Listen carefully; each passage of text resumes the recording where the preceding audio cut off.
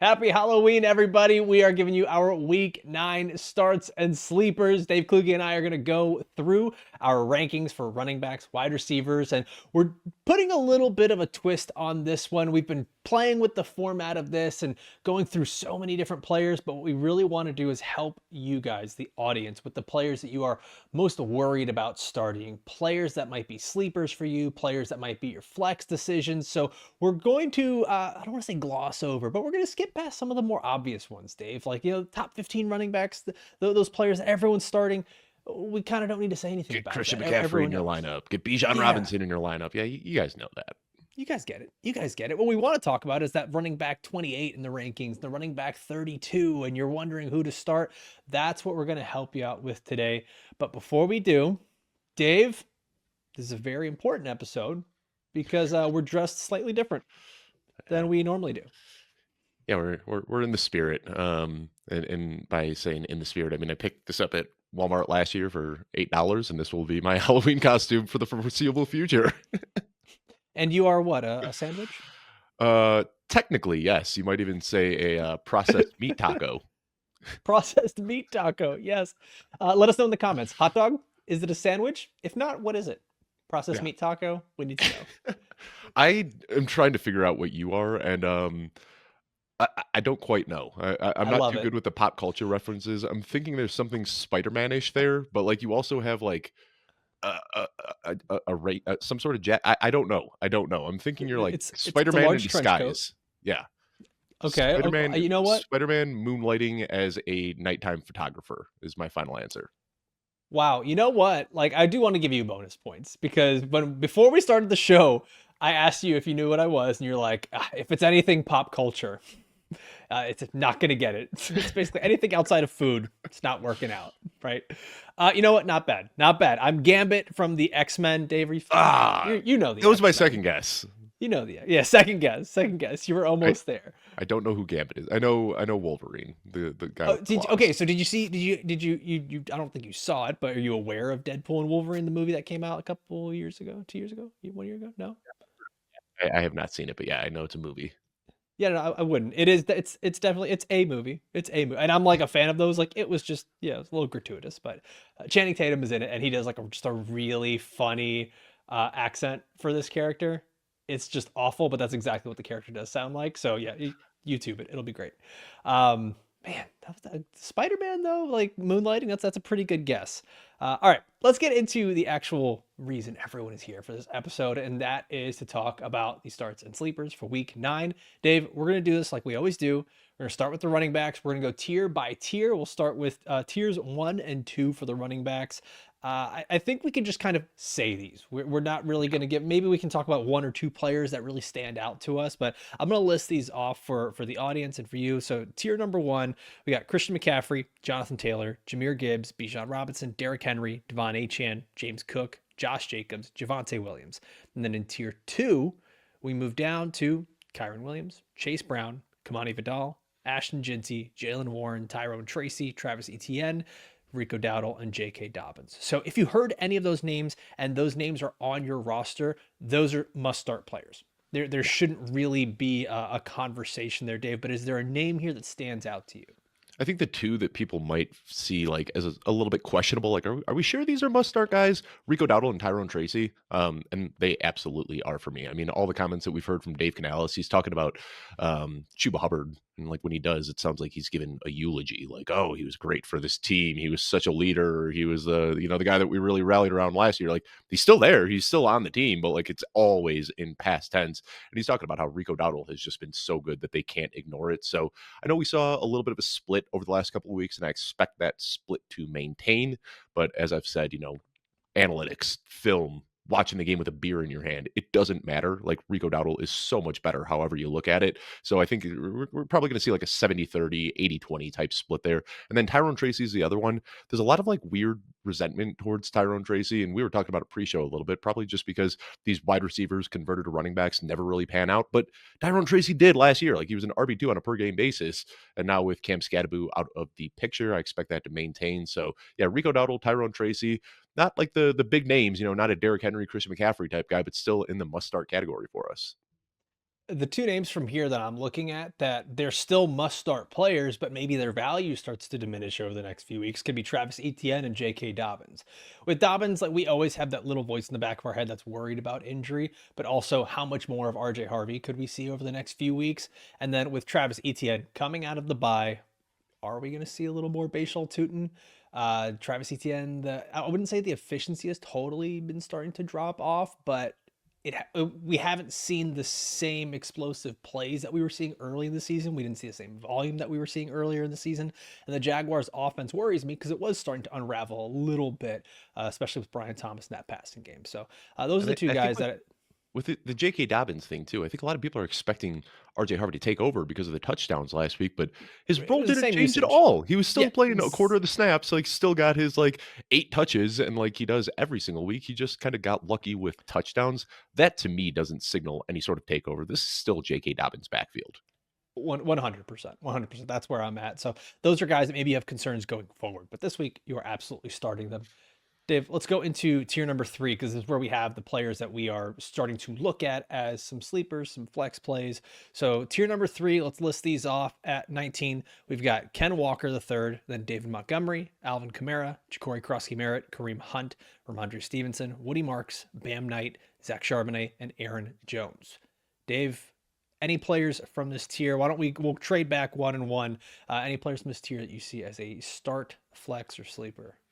Woody Marks jumps out to me just because it's a tough matchup, and we have seen that it's been this frustrating, shape-shifting, kind of ambiguous split between Woody Marks and Nick Chubb, and we see some Dario Gumbawale in there as well. But when I'm looking at it, like Woody Marks has had a clear stranglehold on the receiving work in this backfield. And when I'm looking at Denver right now, Denver clear favorites in this matchup. This should push them into a position where they're forced to throw a little bit. And I think this could be a Woody Marks game. So you and I both prefer Woody Marks quite a bit ahead of Nick Chubb. And I think that just comes down to the fact that this is a game script that should work in his favor.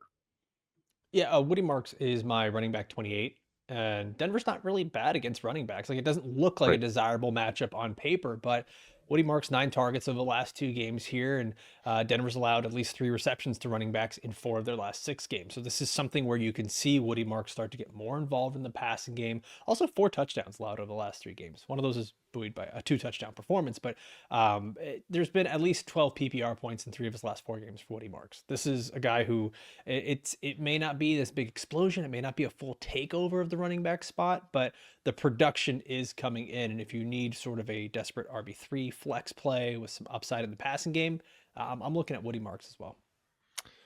Who else jumps out to you in this tier? I mean, there's a lot of names that we should be discussing here because this almost feels like when you look at this tier, it's like a weird mix of I don't want to say has-beens, but like guys who like used to be those plug and play RB1s. When you see in this tier that we've got Alvin Kamara and David Montgomery and Kareem Hunt and Ramondre Stevenson and Aaron Jones, and then you've also got these new guys that are kind of coming on and making a name for themselves. Yeah. So this is an interesting tier, and there's only one team that has 2 names in this tier, and I think that's probably what people really want to hear about is Zach Charbonnet and Kenneth Walker and like how to rank these guys, how to start them. I'm of the belief that you just keep putting them both in your lineup every single week and kind of hoping for the best. Yeah, I mean, I wouldn't say that it's unlikely that if you drafted one, you drafted the other. You probably had that, that insurance policy there. I think I'd still lean Walker, just because I continue to believe better player, more explosive plays. We'll see that, but yeah, it's a tough one, man. Like I don't really have much on either of these guys because it's hard to recommend them as starts. Like you just kind of have to sit there and keep playing them, like you said. Another team though that does have a couple. Actually, do you want to add anything to that to the Walker Charbonnet? No, I mean, really, it's just I think as simple as putting them both in your lineup. You know, Walker could always have that 60-yard touchdown. Zach Charbonnet could always plunge in 3 times from the 1 yard line. I mean, like that's the upside that you're Right. looking at here is both of these guys are on a good offense, and the scary thing is they're very volatile. Like you can get a 2, 3, 4 point performance from either of them, but the ceiling is so high that I feel like you just got to keep going back to the well every week. I think that a pairing, or at least the player that we need to talk about here, is going to be the Chiefs' backfield. It'd be negligible if we or negligent if we didn't. Kareem Hunt is my running back 23, and Brashard Smith is my running back 35. The Chiefs going up against Buffalo this week. Bills are allowing the 6th most fantasy points to running backs. Isaiah Pacheco is going to be out. Seven running backs have scored at least 10 PPR points against the Bills. Hunt has had at least 11 points in 3 of his last 4 games. Smith has been a receiving threat that we've seen. We haven't quite seen the role like expand the way we want to. It got a little wonky where he got up to 5 receptions in a game, and then it was almost a nothing burger this Mhm. past week. So I want to see how this turns out. Without Isaiah Pacheco and going up against the Bills, where this could absolutely be a shootout. So Brashard Smith becomes a guy who we could see 5+ receptions for him, but also Kareem Hunt. But the way that this offense works, we could end up seeing a lot of running, and Kareem Hunt could be getting work in the passing game. We could end up seeing a couple of touchdowns for him. So I think both these guys become. I think Kareem Hunt is very much in the RB2 flex conversation, and then I think that Brashard Smith is in that RB3 flex conversation. Yeah, and I think like the gut reaction is that like Kareem Hunt is the safe, boring play, and Brashard Smith is like the exciting, big play. And I kind of see that, but also like there is upside with Kareem Hunt. Like we see I him, almost he see it is the other the way around. Brashard yeah. Smith is the safe like PPR floor play. Mhm. Kareem Hunt is the guy that could walk out of here with 2 touchdowns. Right, and I think something that when I was doing my rankings, I noticed I'm a little bit higher on Brashard Smith than you and a lot of the other people, and I just wonder, like, with this being such a big game, like two of the top dogs in the AFC facing off against each other, we have seen them kind of keeping Brashard Smith on a short leash, and I wonder if this is where they like really unleash it and just like add that wrinkle to their offense, and we see a bigger dose of Brashard Smith, and like they've maybe been waiting for this game because they've got everything else clicking right now. Like they've got three good receivers. Travis Kelsey looks rejuvenated. Patrick Mahomes is playing the best football of his career, arguably. And I wonder if now we see this like dose of Brashard Smith just catch him a little bit off guard. So I'd say there is a ceiling there, but Kareem Hunt, like we just saw 2 touchdowns last week. He could score 2, 3 touchdowns on any given week. So there's a lot of ceiling in with Kareem Hunt that I don't think people are really recognizing. Another guy who this is probably the last week you'll be able to start him. Bam Knight for the Arizona Cardinals going up against the Dallas Cowboys, and it's like an ugly start. You're starting him because it's like, okay, he is technically the starting running back for the Cardinals. It is technically a good matchup against Dallas. But there's also a narrative here where the game gets very out of hand and the Cardinals are trailing, and it becomes a pass heavy game script against the Dallas Cowboys. Now, it all depends. What kind of Kyler are we getting when he comes back here, right? Like, is this something where he struggles in the first game back? Cardinals immediately get down by 2 touchdowns or something, and we're looking at a lot of Amari DiMercato in the passing game. So that is something to consider here. But the Dallas Cowboys are allowing the second most fantasy points to running backs, so it looks like a decent matchup on paper. 7 running backs have scored at least 13 PPR points versus Dallas, and the Broncos running backs just went off last week. So it is very possible that you're looking at a Bam Knight solid performance here. Dave, where would you be comfortable putting Bam Knight? Like if we're talking about, are you willing to put him as an RB2? Are you putting him more so as a flex? I think it all depends on roster construction and desperation here. Yeah, I'm a little bit lower on him. I've got him outside of the RB2 consideration. I'm also much higher on Michael Carter as well. I just think that we're going to see a split backfield here, like we have seen ever since Trey Benson Sure. has been out. And, there's so much talk about who the starter is going to be.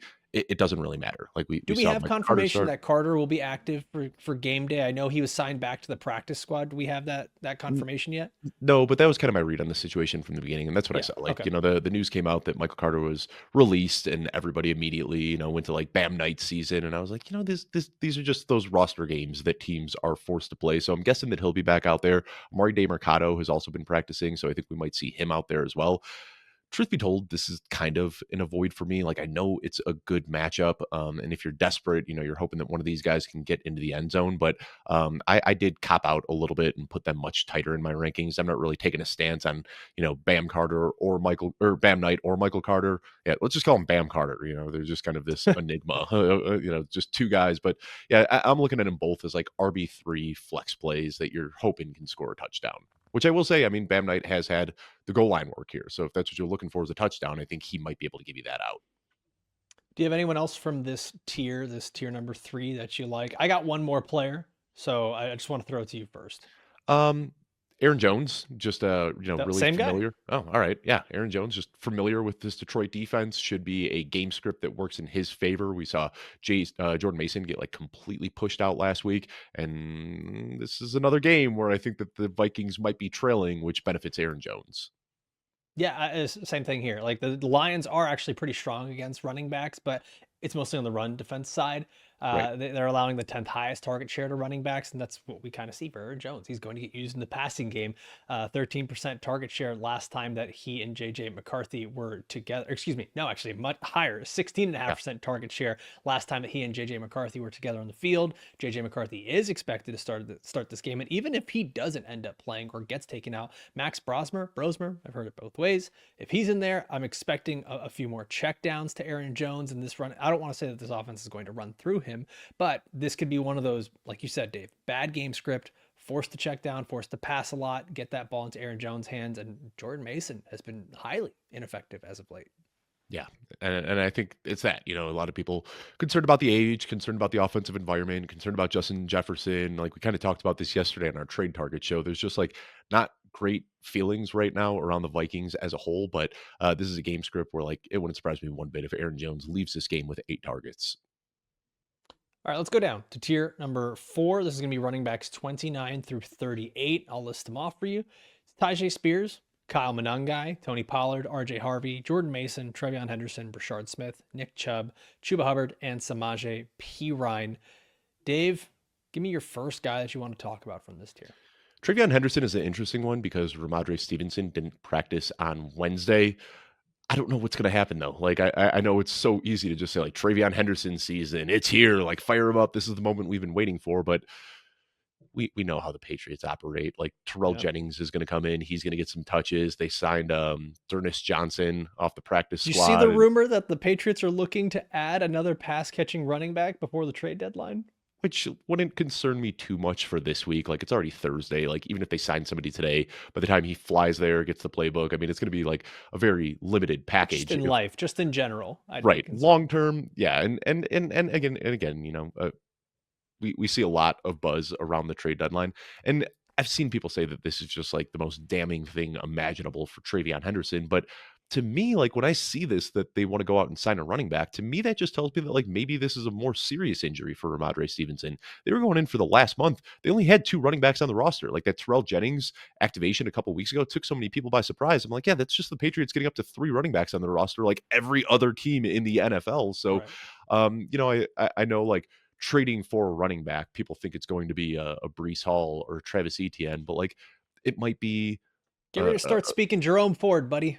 yeah, like a Jerome Ford or like maybe even smaller than that. Like I'm trying to think off the top of my head, but this could be like, like, hey, let's swap 6th and We want 7th to go round picks and small, give us Deuce Isaac Vaughn. Orendo.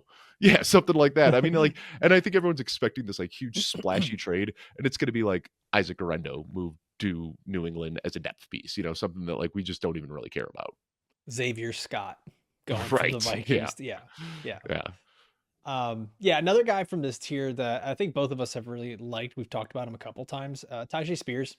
He's our running back 29. Here's my running So back good. 30. Oh. He's your running back 29 in the rankings. This to me like screams blow up game for Mhm. Tyjae Spears because the Titans are going to be in such a pass heavy game script here, Dave. Chargers are first in pass attempts per game. Tennessee is second in pass play percentage per game in the NFL. This is going to be a pass heavy game. Who's out there on passing downs more often than not? It's Tyjae Spears. I cannot put it any clearer than that. He's been an RB3 or better in each of the last 3 weeks. He's outsnapping Tony Pollard in 2 of the last 3 weeks. This is the Tyjae Spears blow up game. I feel like this is where it's got to be if the Titans are looking to stay in this game in any form or fashion with the Chargers. Yeah, I was cracking up. Matt Waldman had a really good tweet the other day because like we're seeing like this like kind of slow ramp up for Tajay Spears, and Matt Waldman shared the video of Tajay Spears' big run where he took it, from midfield all the way down to the 1 yard line, and he goes, "Titans, Tajay Spears is already missing an ACL. What are you being cautious about? Are you waiting for him to grow it back? It doesn't work like that. Use him or lose him." And that's exactly how I Oh, feel. 100%.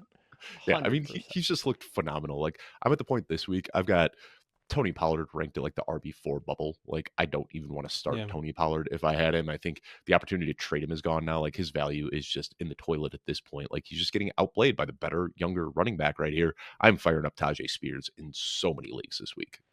Yeah, I also have Spears ranked ahead of Pollard, and just with the matchup here, man. the matchup, just watching the film, he looks better. He's more explosive. Everything is going Tajay Spears' way. Chargers also, by the way, bottom 5 in targets allowed to running backs. So yeah, expect the PPR scam here for Tajay Spears. Dave, anyone else in this tier you want to talk about?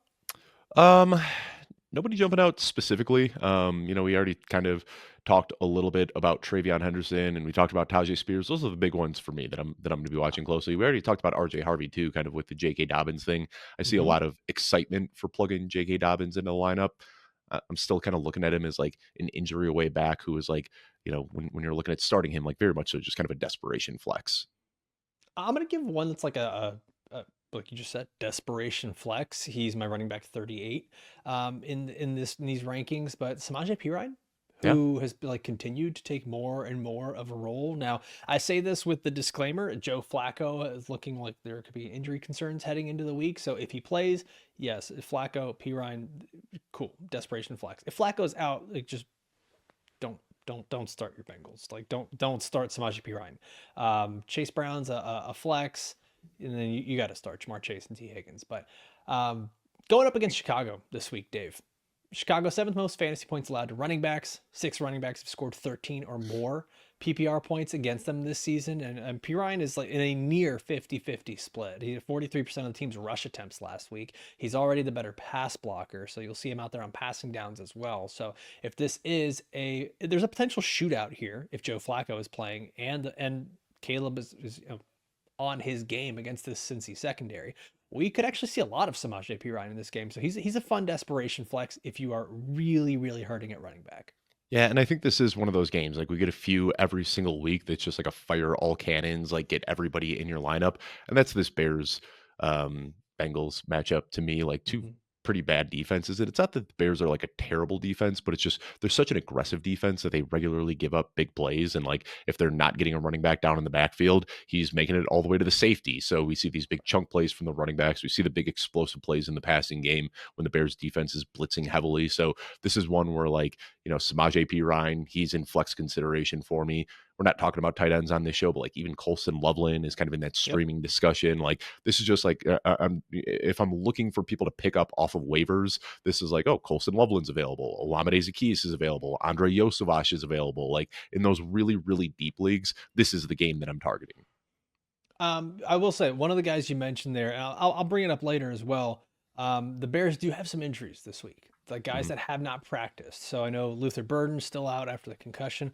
Alameda Zaccheaus, I believe, was the knee that he has not practiced yet this week. So we'll see. We're recording this Thursday morning at 10:30 a.m. Eastern. So we'll see what the reports say Dude, later. if Burden and Zacchaeus are both out this week, Loveland might be like inside my top 8 because we've seen Yeah. him getting pretty comfortable playing out of that flex role. Yep.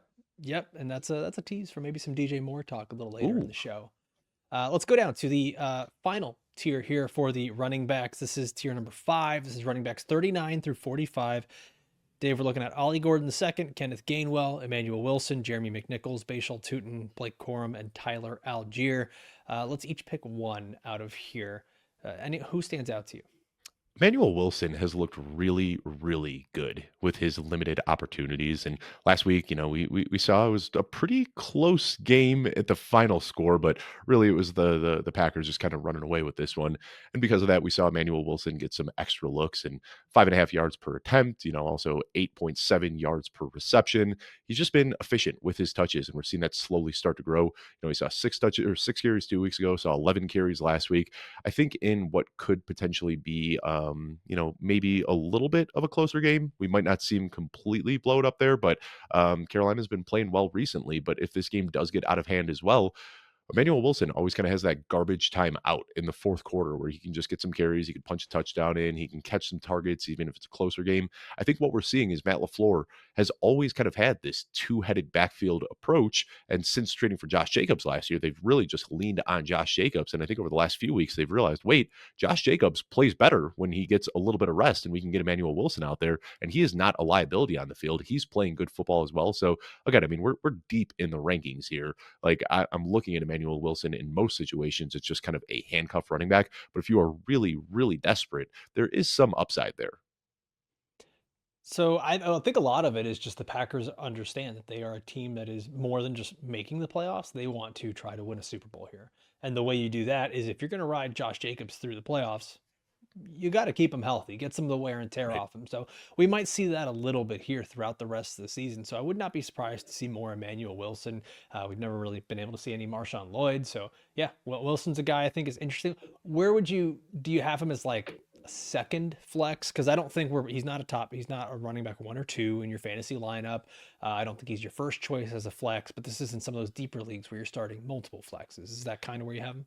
Yeah, or just if you're hurting with injuries or bye weeks, which a lot of teams are right now. Like I'm not saying he's Mhm. like a must flex player, but when we're looking in this tier, there's some other guys with the upside too. But I like the upside with Wilson. And the weird thing too is like he's still available in a ton of leagues. Like Yeah. most leagues out there, redraft leagues, you can just pick Emmanuel Wilson up for free off the waivers right now, and it doesn't make sense to me. Like we see Blake Corum is rostered, we see Tyler Algier is rostered, like all these other handcuffs on good offenses are rostered and people are just like completely ignoring Emmanuel Wilson out there for whatever reason.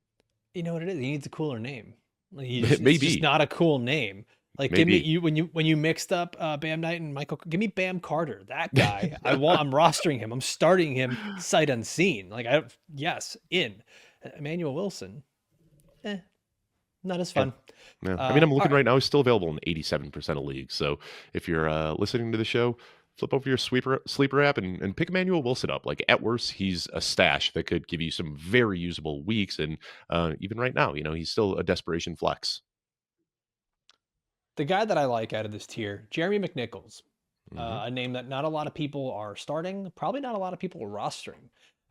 Running back 41 on the rankings this week, but I really see him as a decent flex play, especially in PPR leagues. He's been a top 35 running back in 3 straight weeks, Dave. He was a top 20 running back last week with his 5 receptions for 64 yards. So we've seen he is going to get involved in the passing game. He's at a roughly anywhere from like 17 to 20% target share over the last few games, which is massive for a running back. Like that is not seen, especially with the injuries to Terry McLaurin. I'm going to be expecting that this offense is going to have to find some new players to target. And Seattle, this is an interesting matchup because on paper, it doesn't look great for the running backs, but that's going to apply more so to Ja'Cory Crosky Merritt, to Bill. But Seattle's allowing the most receptions per game to running backs. They're allowing the second most receiving yards per game to running backs. Who benefits? The receiving running back, the guy that just caught 5 passes for 60 plus yards. So for me, this is a nice PPR matchup for Jeremy McNichols. I know, like you said, there's a lot of people that are hurting at running back or hurting and need a flex starter. McNichols is going to be out there probably on your waiver wire, or you've just been holding him on your bench as a handcuff. So McNichols is a guy that I actually really like this week. And I'll probably be moving him up a little bit higher in my rankings after the show. Yeah, I just bumped him up a few spots. You made a compelling argument there, and I've been a big fan of Jeremy McNichols since he came into the league. McWeapon, as he was nicknamed in high school. I love that. And like talk about Just sounds nicknames. like the worst order at McDonald's. Yeah, like By, McWeaponizing my by guts the way, after a um, McChicken. dude, no, no, no. Available in Sorry. 91% of fantasy leagues. BT Dubs. Yeah, Oh, yeah, on Sleeper. Go get them. I don't even like to talk about it because anytime people are so sensitive about Ja'Cory Crosky Merritt, like you can't have any sort of like rational discussion about Ja'Cory Crosky Merritt with people flooding the YouTube comments. Like I just have like an anti. I'm not talking about Ja'Cory Crosky Merritt on Twitter anymore because people just can't be reasonable about it. But he's been struggling the last few weeks. Like he has not looked very good, and it's been very much so. Like hey, he looks good now. He doesn't. Okay, now he's looking good again, and now he doesn't again. It's been a very up and down roller coaster type of season for Ja'Cory Crosky Merritt. The opportunities have been there, but like watching last week's game, Jeremy McNichols looked like a much more explosive player than Ja'Cory Crosky Merritt. So this isn't a guy that they drafted in the first round. This isn't a guy who's sitting on a massive contract. Like this is going to be a fluid situation in Washington. And if we're looking for the hot hand approach right now, Jeremy McNichols has the hot hand. I'm going up against Joey Wright this week in the Flex League, Oh, you got and to I am start Samaje starting P Ryan then, just for the if he's just available, for the just clout. just the emotional, yeah, the stress when he sees that he's playing against Samaje P Ryan. He's probably already So rostering P Ryan in that league. in my flex spots right now, I've got Jeremy McNichols and Colston Loveland if both Luther Mm, Burden and Olamide Zacchaeus are going to be out. that could So be this will fun. be a fun matchup. I'm projected to lose by 1 point. So Ooh, infinite sadness here on Halloween week. All right, Dave. Let's go over to the wide receivers. We just went through 45 running backs. That was good, and we did it efficiently. I'm proud of us. This is a Look good at show us. so far. Look at Yeah, us. look at us. Who'd have thought? Who'd have Who'd have thought? thought these guys, these An two guys. X-Men and a hot dog. We're doing it. We're Yeah. doing it. My mom is so proud. By the way, just really quick personal thing. Shout out to my mom and dad. It was their 14th wedding anniversary yesterday. Just love you guys. So much love. 14 more years. Please stay married. Be in love. Congratulations. Yeah. Happy life. Love you both. All right, let's go over to the wide receivers, man.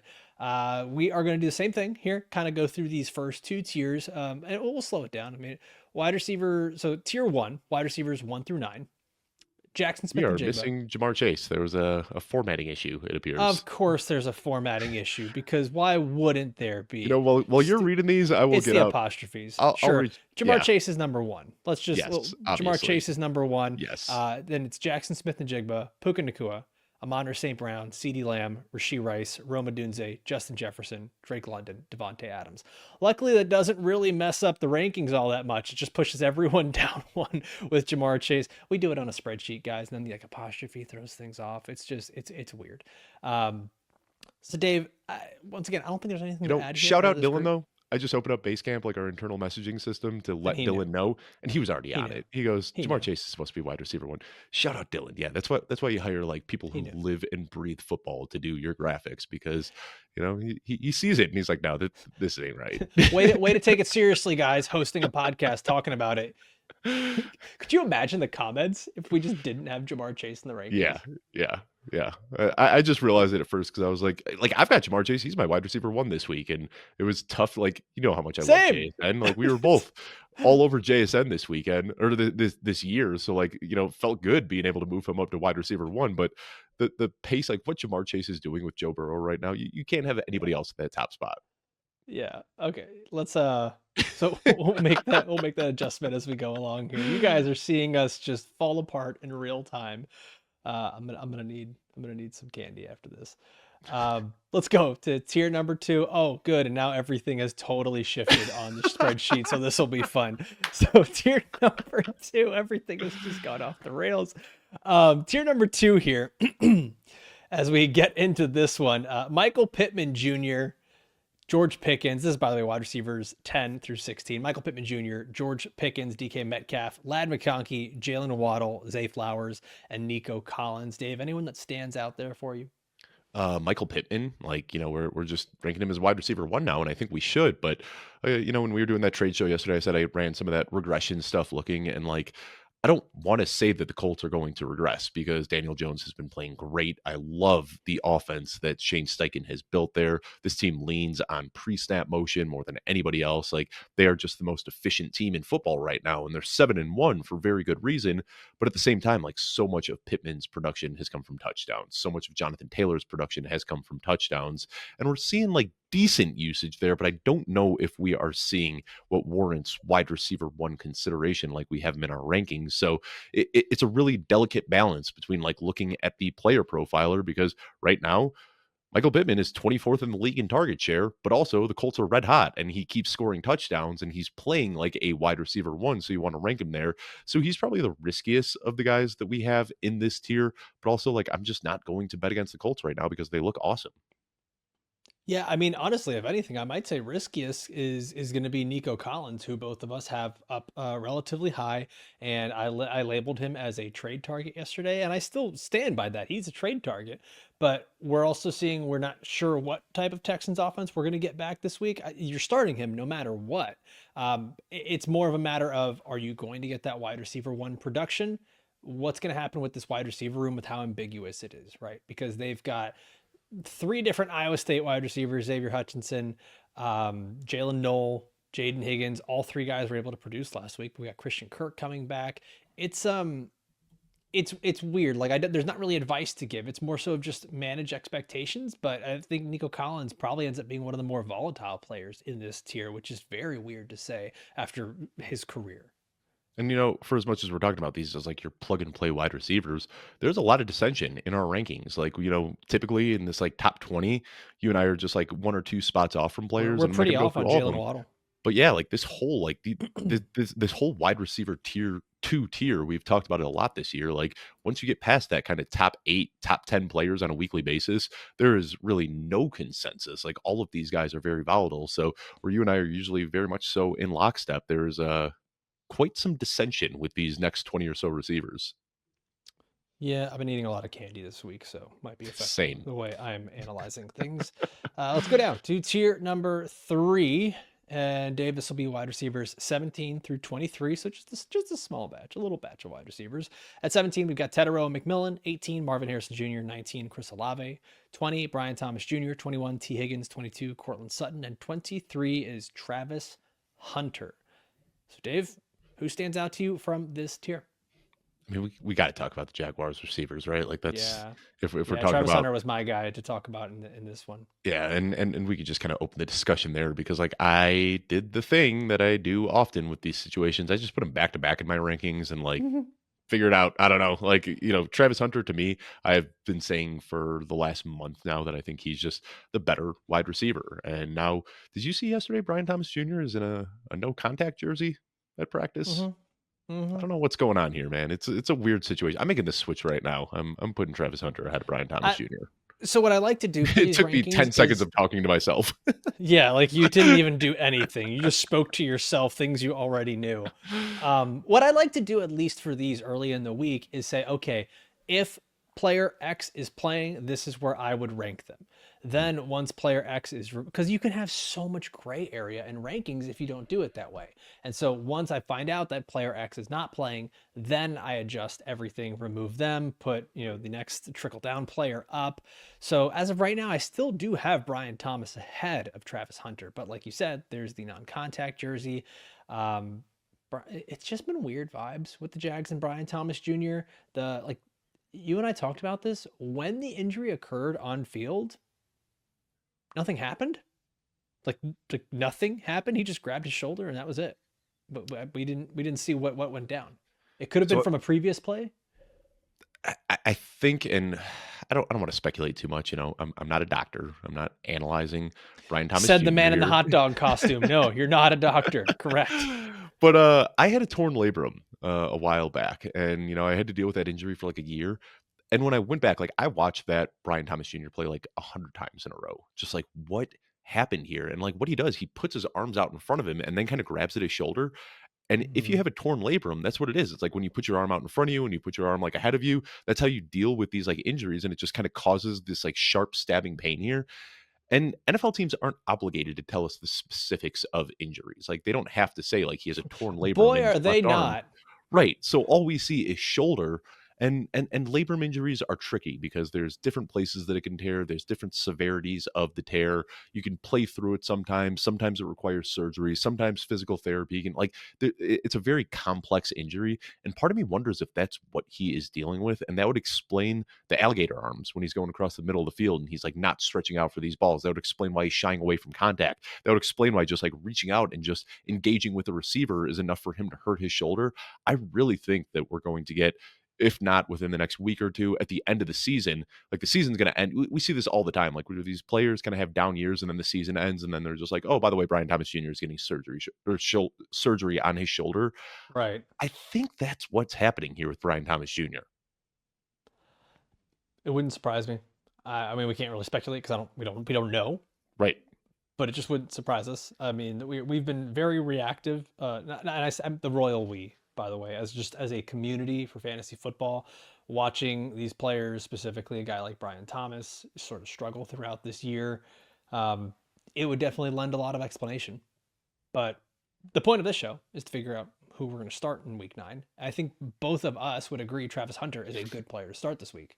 You like that? That's called a transition. Yeah. Yeah. Yeah. Yeah.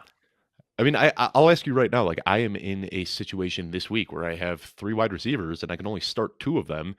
Brian Thomas Jr., Travis Hunter, and Jameson Williams. And like I have just been like, I don't want to start both Jaguars wide receivers, but I No. don't want to have to make a choice between one of them either. I also don't want to bench Jameson Williams. Like I have probably tweaked this lineup 100 times since Tuesday morning.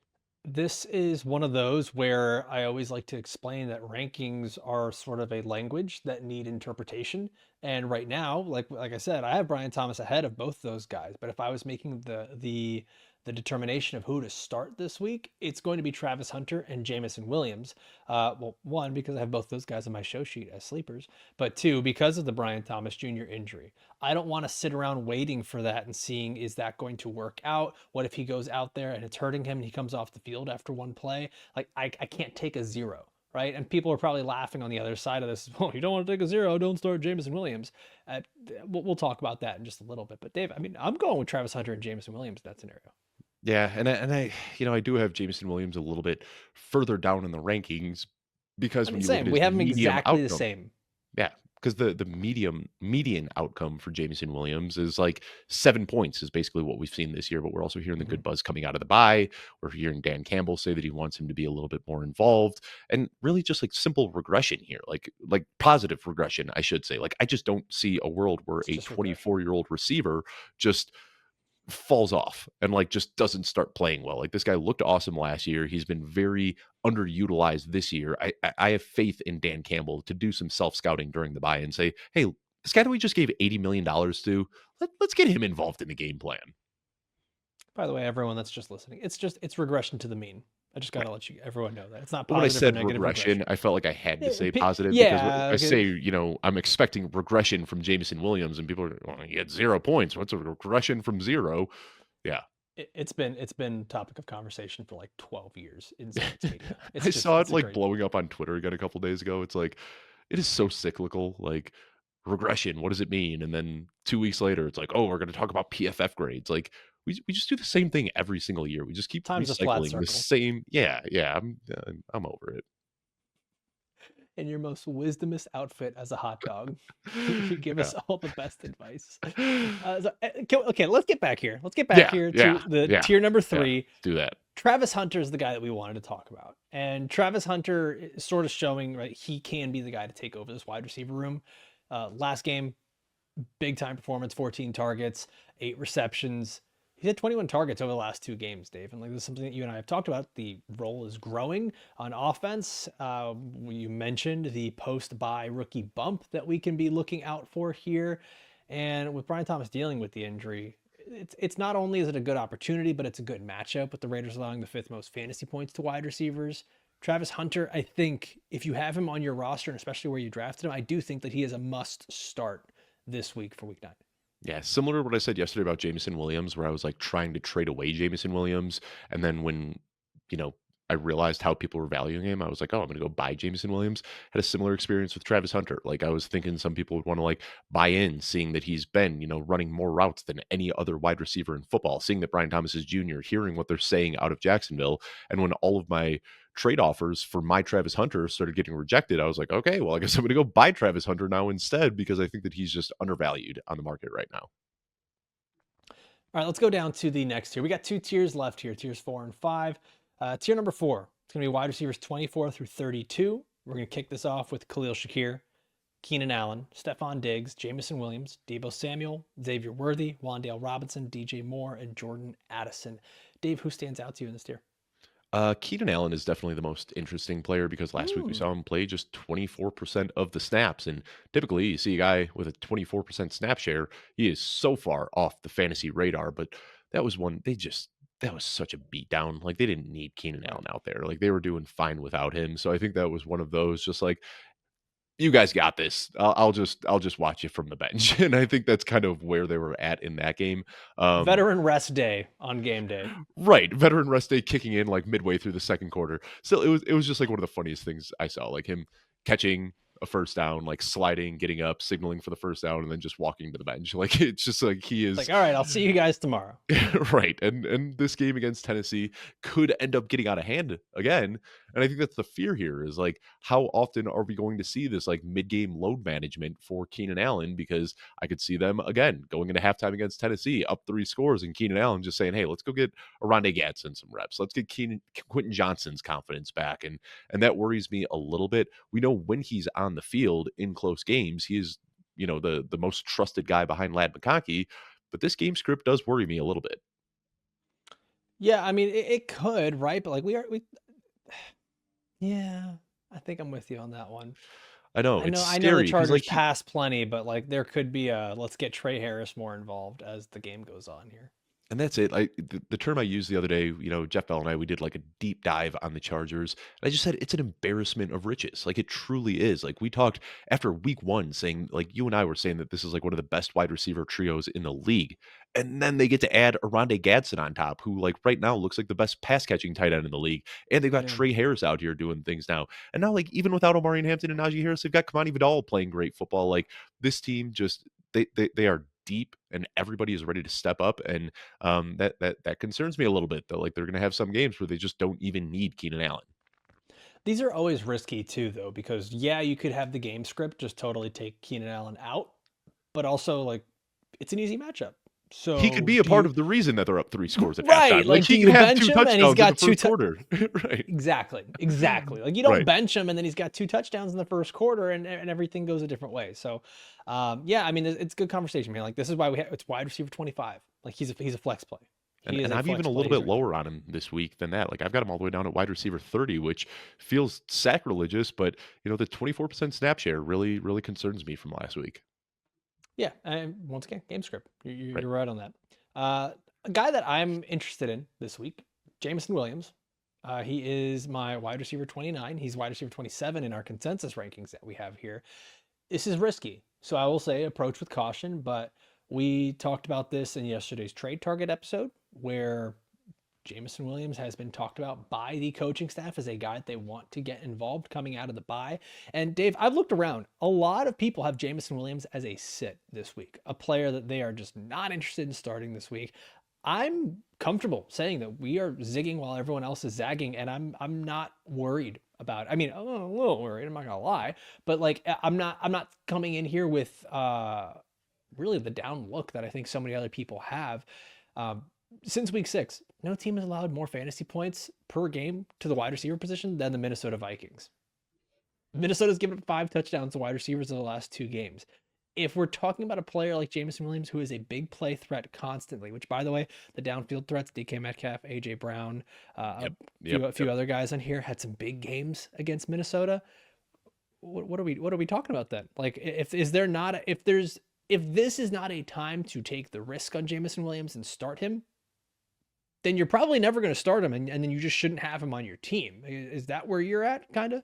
Yeah, and I think it's like kind of contrary to what you think, like contrary to logic, because like it's such Mhm. a blitz heavy team from Minnesota. The best way to beat the blitz is just like getting the ball out of a quarterback's hand quickly, like hitting those hot reads, getting the ball to Amon St. Brown in the flat. But then, like you said, you dig into it a little bit deeper, and it's like, wait, DK Metcalf, like huge breakaway plays coming deep downfield against this Minnesota defense. You talk about the big AJ Brown game as well. So it's not even like Jameson Williams is so quick that Jared Goff can get the ball out of his hand quickly. He can hold the ball for a second and a half and still hit Jameson Williams 35 yards downfield. Well, So like the and tell me speed that they there. can't have Jameson Williams on a quick crosser underneath. Like Exactly. he And that's how does we do a saw lot DK of damage on Metcalf. those.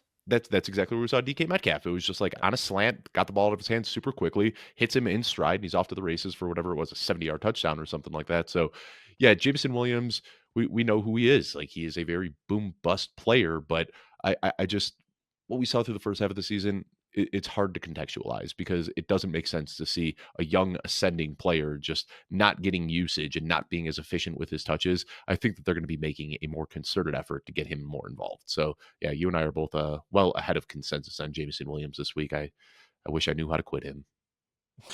Yeah, I'm expect the course correction this week. Yeah. You know, who else from this tier interests you, Dave? Um, honestly, nobody. This is a pretty flat tier. We talked about DJ Moore a little bit already. Like if there's Yeah, like injuries to Burden and Zacchaeus, he's worth discussing. But I think we kind of hit on everybody here. Stephon Diggs, like everything I said about Keenan Allen, I could say about Stephon Diggs. He's great when he's on the field. He just isn't on the mhm. field that much. And I was hoping to see that grow, but it just hasn't happened yet. So yeah, this is your wide receiver 3 in the infinite sadness, as our friend Chris Harris likes to say. I think if there's no Luther Burden and no Olamide Zacchaeus, you have to start DJ Moore. Like you just find a way to get him into your lineup. He'll move into my top 20 if that happens. Yeah, yeah. Like I think you got to find, and it's funny because I'm looking at the matchup. I was like, oh, since he's like surprisingly good against wide receivers, when did that happen? And then I started to look. It's really been over the last few weeks here, weeks 6 through 8, where they gave up the fifth fewest points to wide receivers. And then you look at the context, it's the Jets without Garrett Wilson. It's the Packers who completed only 10 passes to wide receivers. And it's the Steelers who had the 3 touchdown game to each of their tight ends. It's been a weird fluky time over the last few weeks, and it's totally adjusted. So when you look in the apps and you're like, oh, the Bengals are good against wide receivers, DJ Moore has been kind of bad, I don't want to start him. Contextualize it. I think DJ Moore becomes an easy start if Zacchaeus and Burden are both going to be out. Yeah, and I think a lot of that too, like the context behind why Cincinnati has been good against wide receivers, it's because these games are over by halftime. Like the Jake Browning led Bengals were a fake football team, and like they didn't have to throw against them. So Right. I think now with like a little bit more of a, I mean, if it's Jake Browning out there, I'm going to be a little bit concerned for the Bears receivers, like still starting them, but won't have the same Sure. projections. I want to see Joe Flacco out here, keeping the offense afloat and keeping the Bears playing hard through the end of the game. Let's go down to the final tier number 5, and this is going to be wide receivers 33 through 40. Dave, at 33, we got Romeo Doubs. 34 is Jawan Jennings. 35, Quentin Johnston. 36, Kayshon Boutte. 37, Josh Downs. 38, Alec Pierce. 39, Trey Tucker. And at 40, Rashid Shaheed. So let's each pick one out of this tier to discuss. I know I want to talk about Trey Tucker, but who do you have on your mind? I think Quentin Johnston's hurt right now. And I like that's why I think we're seeing a Ronnie Gadsden breakout. That's why we're seeing Quentin Johnston not doing much of anything. Like we know he missed games with that hamstring injury, and you don't just come back from injury and well, back to 100%. Let's go do exactly what I did. Like he's able to suit up, but that doesn't mean that he's the player he was in weeks 1, 2, and 3 when he was just like taking over the NFL. So, with Quentin Johnston, I think if you want to bench him this week, it's okay to take a like wait and see approach from here on out. Like once we see the big blow up game from Quentin Johnston, then we know he's healthy. We know he's ready to do it again. Then you can put him back in your lineup. Based on what we've seen since he's come back from this injury, I'm okay benching Quentin Johnston if you can. This whole tier is basically a bunch of dart throws of Yeah. like Romeo Doubs gives you a 4 or 5 reception floor, sort of. Uh, I don't even want to say same thing with anyone else because everyone, maybe Jawan Jennings, is another guy that gives you a 4 or 5 reception floor, but just there hasn't been the production there. Pretty much everyone else here, Kayshon Boutte, Alec Pierce, Rashid Shaheed, even Trey Tucker to an extent, like have just been the guys that are going to get you 3 catches, 85 yards, and a touchdown, Yep. or less, right? It's the big plays. Josh Downs is interesting, but it's sort of like a roulette over there for the Colts. I The like guy Pierce ahead of Downs just because he's getting more snaps and more valuable targets. Like Josh Downs is Mhm. good when he gets the ball in his hands, but Alec Pierce is like really starting to develop into a like good NFL wide receiver. I kind of still see them about the same. Like Yeah, I have yeah. Downs just a few spots ahead because of the volatility of Pierce, but it's a negligible difference. You just kind of do that based on your matchups. If you're projected to win, get the easy points with Josh Downs. You're projected to lose, go for the upside with Alec Pierce on a big play. But one of the guys that I think is interesting because there's so much in the air for the Raiders is Trey Tucker.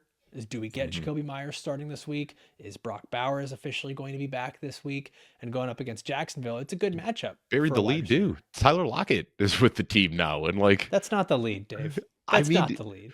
I He's said it not a couple of starting. weeks ago where I said like Trey Tucker is kind of playing the Tyler Lockett role in this offense. It terrifies me that like Pete Carroll is just at this age, like, he's just gonna be like, "Oh yeah, Tyler, like he can do all the things straight." It really does concern me that we're gonna see Tyler Lockett on the field much more than anybody wants to see. This feels more like NFL hospice right now for Tyler Lockett in his and what it looks like Yeah, his final year as a player, and he asked for his release, and then he signed. By the way, with like everything being that he wanted to go sign with a contender, and then it's like, I'm gonna go hang out with the Raiders, my old coach, my old quarterback. This is more of just like we only got this is a run the clock out situation. We only 100%. got so many more weeks. I want to go have some fun with my old buddies, hang out in Vegas for a little bit, and ride off into the sunset. So like I wouldn't be concerned about him coming in and taking over a massive role. Trey Tucker's just a better player than Lockett at this point in his career, and I Gino agree. has. I agree. Yeah, and I know you weren't Yeah. saying anything other, right? But like which I know what you're more worried about is does Trey Tucker lose snaps or lose any type of targets because Pete Carroll and Chip Kelly get cute with the offense, right? And That's start doing exactly it. different Yeah. things. Yeah. Yeah. So I do think he's an interesting start play this week, Tucker, as a like a second flex. If we don't have Jacoby Myers, if Jacoby Myers is in, I think all bets are off, and you have to sort of just adjust your game plan. But Brock Bowers, I think, brings back that wrinkle to the offense, opens things up for some of these players. Is the hot dog getting hot, Dave? It's getting uncomfortable. You're muted. You're muted and adjusting your hot dog on camera. Yeah. Come on, man. Yeah, my hair was starting to like poke out the front, and it just looked weird, like We were with so the hairy close. wiener. Yeah, We were so close, man. We sorry. like we had like this was the end. This was the last player I expected This to talk this about. noise is it's a noisy costume. So like every time I I adjust it, I haven't have heard a to mute thing. my mic. That's because I've I been haven't muting my heard a mic thing. while I've been adjusting Ah, it. yeah. Well, yeah. Thank you for not adjusting your hairy wiener directly into the mic. I think we're on that note. I think we're Yeah, done let's for just sign today. off. We did it. Yeah, We did it. yeah. How Let's about go it? get Thanks some for tuning in, candy. everybody. Yeah, let us I don't know. We've been doing some like fun end of show Easter eggs that Yeah, the if you made it YouTube this far, comments. comment below. Hairy wiener. Oh boy, yeah. There you Yeah. go. See how quickly those get That'll be deleted. that'll be a fun one. All right, Ask me about everybody. my wiener. Sorry. I had to get it in All at right, least once. everybody. Go enjoy the rest of your weeks. Good luck to everybody in week 9. Have a happy Halloween. Be safe out there and eat as much candy as you want. Don't let anyone tell you what you can do. For myself, for Dave, I want to thank everybody for watching or listening all the way through. We'll see you next time. Adios.